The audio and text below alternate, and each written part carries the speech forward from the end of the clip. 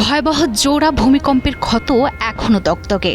ধ্বংসস্তূপের নিচে যখন চলছে জীবিতদের খোঁজের শেষ চেষ্টা, ঠিক তখনই ভেনেজুয়েলার রাজধানী কারাকাসের আকাশ ধারণ করল এক রহস্যময় রূপ। সন্ধ্যায় হঠাৎ করেই পুরো আকাশ ছেয়ে যায় ঘন লালচে কমলা রঙে।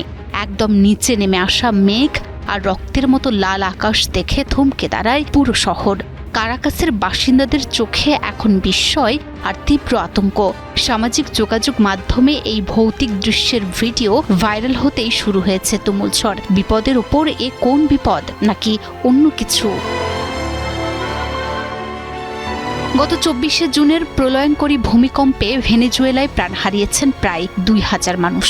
এই ট্র্যাজেডির রেশ কাটতে না কাটতেই গত মঙ্গলবার আকাশের এই রূপ দেখে সাধারণ মানুষের মনে দানা বাঁধছে নানা কুসংস্কার। তবে অলৌকিক কোনো ঘটনা নয়, এই রহস্যময় দৃশ্যের পেছনে রয়েছে বিজ্ঞান। বিশেষজ্ঞরা বলছেন এর মূল কারণ রেলি স্ক্যাটারিং, বা স্থানীয় ভাষায় যাকে বলা হয় কান্দিলাসো। এর সাথে যোগ হয়েছে সাহারা মরুভূমি থেকে উড়ে আসা ধূলিকণা।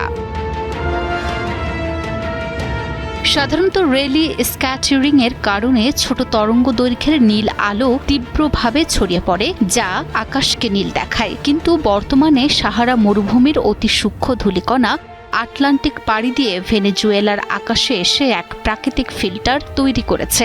এই ধূলিকণার বাধায় ছোট তরঙ্গ দৈর্ঘ্যের আলো আটকে গেলেও লাল ও কমলা রঙের দীর্ঘ তরঙ্গ দৈর্ঘ্যের আলো ঠিকই পৃথিবীতে পৌঁছে যাচ্ছে, আর তাতেই আকাশ রূপ নিয়েছে এই জ্বলন্ত আগ্নেয় রঙে।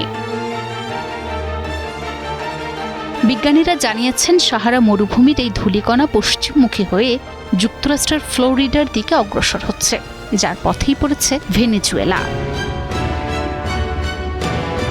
এটি সম্পূর্ণ প্রাকৃতিক ও আবহাওয়াজনিত ঘটনা হলেও ভূমিকম্পের ধ্বংসযজ্ঞের মাঝে এই লাল আকাশ যেন এক রূপক হয়ে দাঁড়িয়েছে। একদিকে উদ্ধারকর্মীরা ধ্বংসস্তূপের নিচে জীবনের স্পন্দন খুঁজছেন, অন্যদিকে মাথার উপর রক্তের মতো লাল মেঘ। এই বৈপরীত্যের ভিডিও এখন কাঁপিয়ে বেড়াচ্ছে নেট দুনিয়া। বিজ্ঞান ব্যাখ্যা দিলেও প্রকৃতির এই অদ্ভুত দৃশ্য কারাকাসবাসীর মন থেকে সহজে আতঙ্ক দূর করতে পারছে না।